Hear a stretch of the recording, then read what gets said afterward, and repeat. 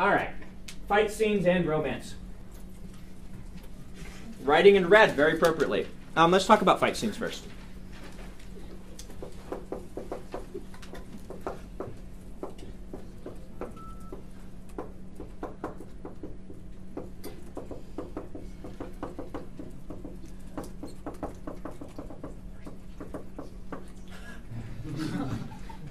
Look how cute I'm being. It's an R-rated film. Most of you don't recognize that. It was a book, too. First rule of Fight Club. Yes, don't talk about fight scenes. Yeah, it's probably my terrible writing. Yeah, talk. T-A-L-K, yeah. So, fight scenes. Easy way to remember this thing I'm going to talk about is don't talk about fight scenes. Show us the fight scene, okay? I'll write that in a more writer thing. Remember to show. Now we've got a problem we're approaching in writing action sequences in a book, and that is that our culture is now saturated with visual media, and visual media is really good at action sequences, all right? Really, really good. For example, you can have an action sequence in a book, in a show, a movie, that is basically 20 minutes of Jackie Chan kicking people. And occasionally throwing a hammer at them, right? Or whatever happens to be around. You can watch that, and it's not everyone's cup of tea, but that works in the genre that it's created for. You can have an ending of a film that is basically a 15, 20-minute fight sequence. That's 1/6 of the time you've got. What would happen if you wrote in a book 1/6 of your book being that fight sequence? Short book. Yeah. Well, it would be this. Yeah, go. And he kicked again. And he kicked again. And then he kicked him in a different, cooler way. And then he kicked him with his other foot and dust flew off. And then the problem you're going to run into is in a film, blow-by-blow is fun. In a book, blow-by-blow is not as fun. I put the as in there because there are caveats to this. There are people who really do enjoy just a lot of blow-by-blow. It's not the general book you're going to read, but they do exist. And there is an audience for them. However, just a blow-by-blow, I'm going to say, is always not fun. A dressed-up blow-by-blow can be for the right audience, but for most of the books you're going to be writing, the blow-by-blow is almost irrelevant. Okay? Do we have any fight skippers in the class? Only one of you. Okay. They skip the fight scenes, flip and see who lives, and then continue on with the story. How many of you? I got 2 of you, 3 of you. That's usually women. And I've got several in my writing group. There are people who just will say, okay, I just flip and see who lived, and then I keep going. They literally skip all the fight scenes.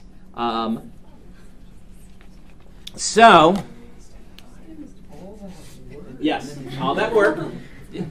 There are also a lot of people who read the last page and won't read the book until they've read the last page. My wife's assistant in one of these, and it drives me crazy. She has to look and see, and if she doesn't like the ending, then she won't read the book, even if it's like the last in the series or something, so she can pretend that ending didn't happen. So, what's that? Just write her own ending. Yeah, write her own ending. So, where is he going? Oh, yes.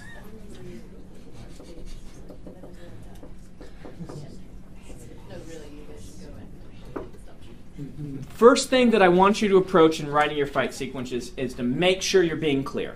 Now, this is going to push you toward doing more of a blow-by-blow initially, all right? That's okay as you're working on these.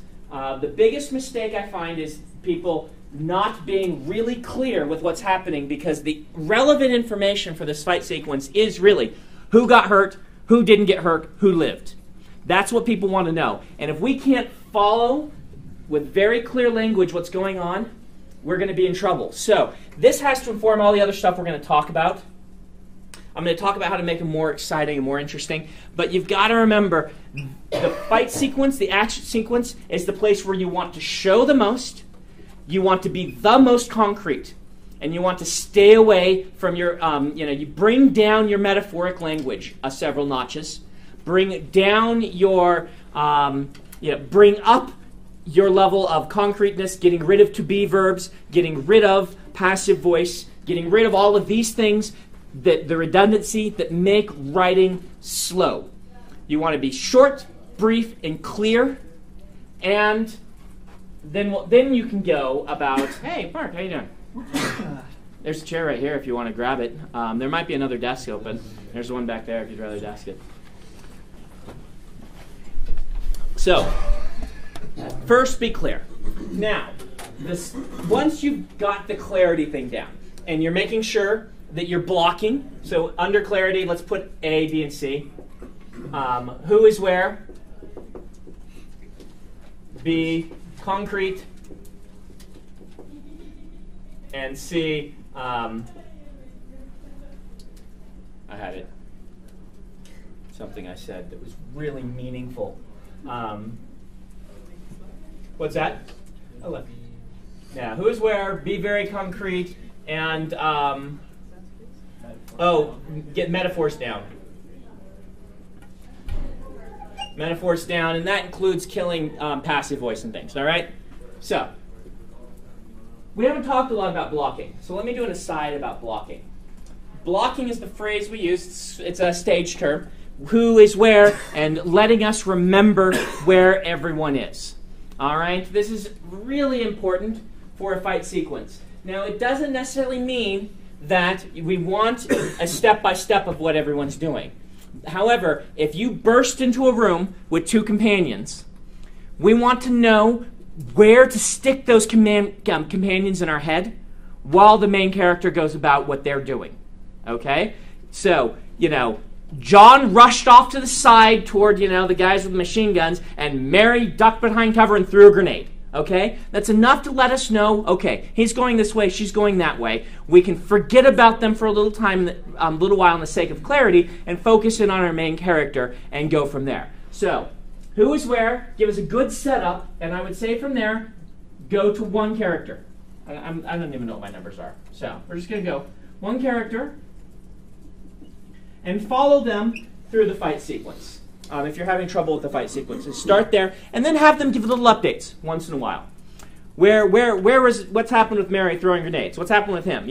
A quick glance told him that John was engaged in, furious sword fighting, cutting bullets from the air with his magical katana. The flash of light, was like a strobe. Okay, we've got him. We've got one sentence. We know what John is doing over there. He's going to be chopping bullets out of the air while we're doing whatever. One sentence here and there letting us know what other people are doing while we stick with this one character at the beginning. Now, it's not the way you have to do it forever, but if you're having trouble with fight sequences, one of the big things I see people do is, number one, they kind of instinctively know that a blow-by-blow isn't fun, and so they don't want to do a lot of this, and they let themselves get lax to where people are going, and it becomes just, things like, it was a scene of chaos and destruction. There was pounding in the air. There was, shaking of the ground. There was screaming from, there was. And then finally, like a sense about our main character. Main character dropped to his knees and held his hands over his ears. There was. And then, trying to get this big feel for an epic battle. And then they'll go into, all the different battles that are happening, kind of forgetting about our main character and then finally getting to them and doing what they're doing. And this creates a very confusing sense in the reader where they're like, what is the purpose and the point of the scene? Who am I following? And usually a fight sequence can be narrowed down to one character better. That's not to say that you don't want that chaotic feeling, but you want the character feeling chaos, feeling like they're amidst a battle. You don't want the reader feeling confused. Confused character, good. Confused reader, bad. Okay? So that same scene would be done, that scene that I just described, they could film in Saving Private Ryan and make it awesome. In a book, that would be very difficult to do. You would want to just start with the main character, which they eventually do in Saving Private Ryan, and follow that main character through so that we keep our focus for this action sequence.